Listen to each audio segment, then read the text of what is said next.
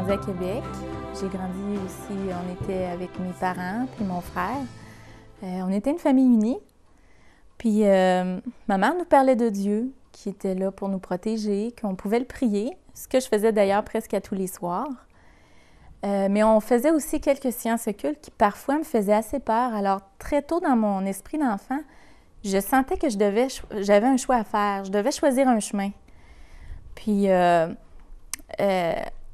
j'avais une soif de vérité puis beaucoup de questionnements à propos de Dieu.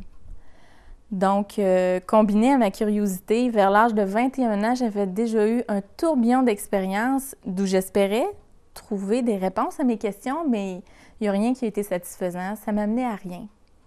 À 22 ans, un bon ami que je voyais souvent, il m'arrive puis il me dit qu'il avait commencé à lire la Bible puis qu'il cherchait Dieu. Bon, je me suis dit que ça allait lui passer, mais il me dit même qu'il croyait que la Bible était la vérité. Là, ça n'a pas fait mon affaire. J'étais fâchée parce que j'en avais vraiment lu toutes sortes de livres pour trouver des réponses satisfaisantes, mais j'en avais pas trouvé qui me donnaient de vraies réponses. Puis lui, il m'arrive, puis il lisait pas tant que ça, puis il m'arrive, puis il me dit que ça, c'est la vérité.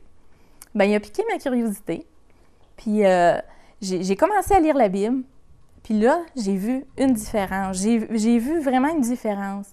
J'avais pas lu de livre où on parlait de la vie puis de l'être humain avec autant de sagesse puis d'équilibre. J'ai su tout de suite que ce livre-là était différent des autres puis que le message, ça n'avait pas le choix, ça venait de Dieu. Donc, j'ai continué à lire. Quelques semaines plus tard, j'étais en contact avec des chrétiens, puis il y en a un qui est venu répondre à mes questions.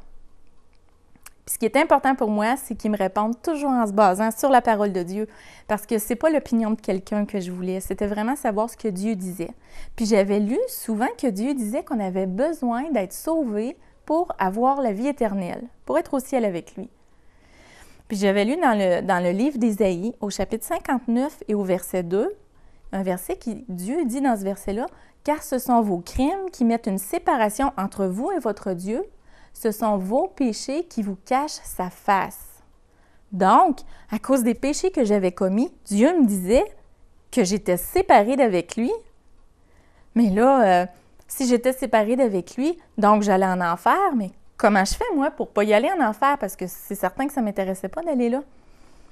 Puis, il m'a justement montré, dans la parole de Dieu, dans le livre des Actes, au chapitre 16 et au verset 30, que quelqu'un avait déjà posé cette question-là. Comment fait-on pour être sauvé?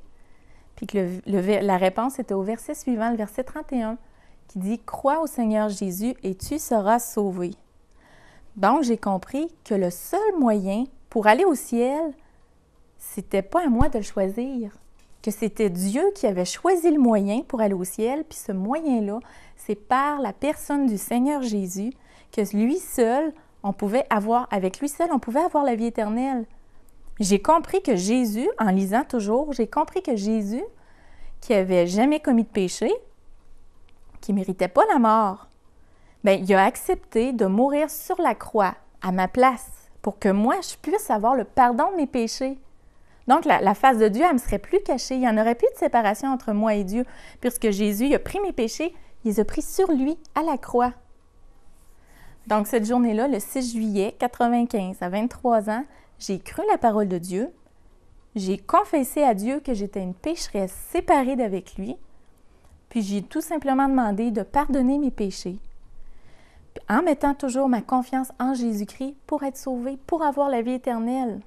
Puis il y a un verset vraiment qui a réjoui mon cœur, c'est dans l'Évangile selon Jean, au chapitre 14 et au verset 6, qui dit ceci, « Jésus lui dit, « Je suis le chemin, la vérité et la vie. Nul ne vient au Père que par moi. » Donc, maintenant, j'ai trouvé le bon chemin et la vérité, puis ça, dans la personne du Seigneur Jésus.